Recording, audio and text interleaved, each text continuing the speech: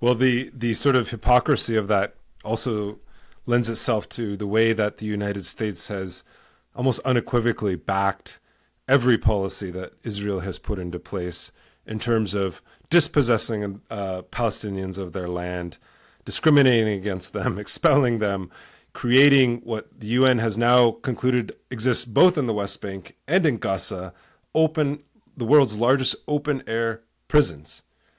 But to the the average kind of whether you're a Republican or a Democrat party hack, the questions of boycott, the questions of divestment, the questions of sanctions are paramount in their minds and equation to anti-Semitism, when just equating the nation of Israel to all Jewish people is actually anti-Semitic.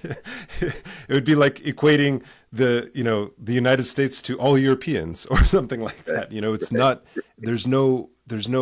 That's not grounded in fact. And why do you think Palestine is the question, the moral question of our generation?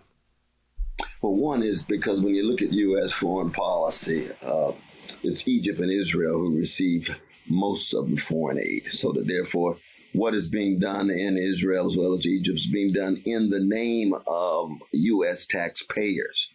And we know that every budget is a moral site, because the budget has priorities.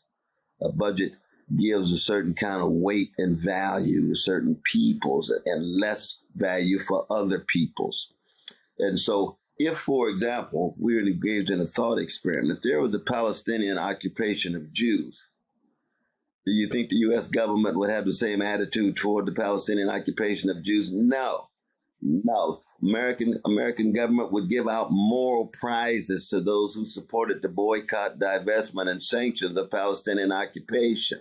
It would be on the news every day of the way in which Jewish civilians are being killed and murdered and violated every day. But as soon as you flip it over and say the Israeli occupation of Palestinians, oh, you see the vast difference. You see the double standard there. It's overwhelming. Same would be true in terms of the Ukraine. Just the other day, after 500 days of the criminal invasion of the Ukraine by the Russian Federation, there have been 200 babies who have been killed. And there's been stories all across the nation, stories all across TV and radio. 2014, 550 Palestinians babies killed in 50 days. Not a mumbling word said by one American politician or a American figure in public life for the most part. Again, so is it clear? Just like an indigenous life, just like a black life in the history of the United States, Palestinian life, even that of a precious Palestinian baby, has no moral weight.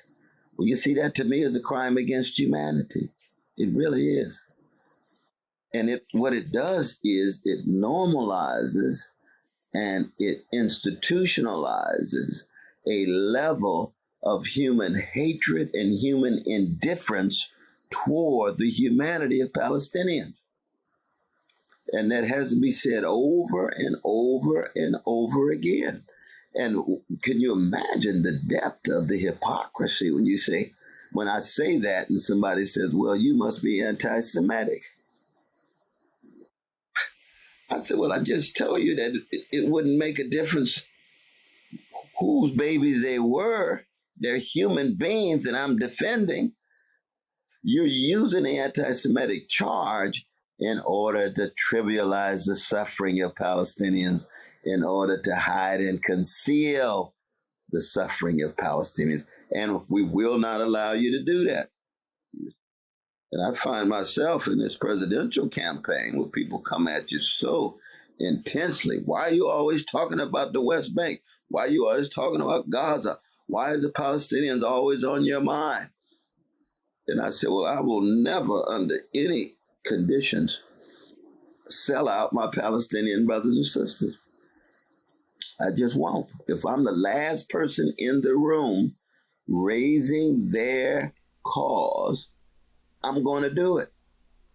Mhm. Even though, as you know, it's a taboo issue, and we won't get into the Harvard controversy. It got me in trouble for doing exactly that. You know what I Yeah. mean? I said, well, okay, I just don't have a job then, because there's no way to, but I would say the same thing about indigenous peoples. I would say the same thing about black peoples. I'd say the same thing about poor white peoples. I'd say the same thing about Dalits in India. Same thing about Roma in Europe, so-called gypsies. I'd say the same thing about landless workers or peasants in Brazil. It's a moral and spiritual issue. It takes us in many ways right back to where we started with your magnificent ancestors and that soul crafting and that character shaping and that virtue inducing activity of what it is to be a spiritual human being with rich past and future, and we embody it in the present.